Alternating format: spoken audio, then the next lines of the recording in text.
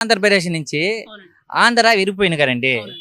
ఆంధ్ర అప్పులతో వచ్చింది. అవునండి. కానీ ఆంధ్రప్రదేశ్ అనేది ఉన్న ఆదాయాన్ని కోల్పోయింది. అవునండి. మొత్తం తెలంగాణకి హైదరాబాద్ గుండికాయ. అవునండి. మాకు ఆంధ్రాకి ఏమి లేరండి. అవునండి. అప్పులతో వచ్చిన తర్వాత ఉమ్. చంద్రబాబు ముఖ్యమంత్రి అయ్యారండి. ఉమ్. అయిన తర్వాత చంద్రబాబు సంపద ఎలా సృష్టిస్తారని దానికి ఉదాహరణ చెప్తున్నానండి మీకు. ఇది ఓకే.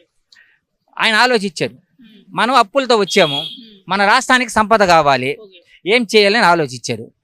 ఒక్క రైతుని పిలిచారండి. నిరుకొండపాలెం అని మాది, అంటే మా బంధువులది, ఎక్కడ అమరావతి పక్కన వస్తారండి. ఓకే. నిరుకొండపాలెం రైతుని పిలిచి నీ పొలం ఎంత అమ్ముతున్నారు అన్నారు. మార్కెట్ ఉమ్. 10 లక్షల నుంచి 12 లక్షలు అండి అన్నారు. ఓకే. 10 నుంచి 12 లక్షలు అమ్ముతుంది. ఉమ్. కానీ నేను రాజధాని పెడతాను ఇక్కడ, ఉమ్. మీ ల్యాండ్ ఎకరా నాకు ఉచితంగా ఇవ్వాలి, ఉమ్. నీకు 100 గజాల ప్లాట్ ఇస్తాను. ఈ రాజధాని అన్న తర్వాత 100 గజాల ప్లాటు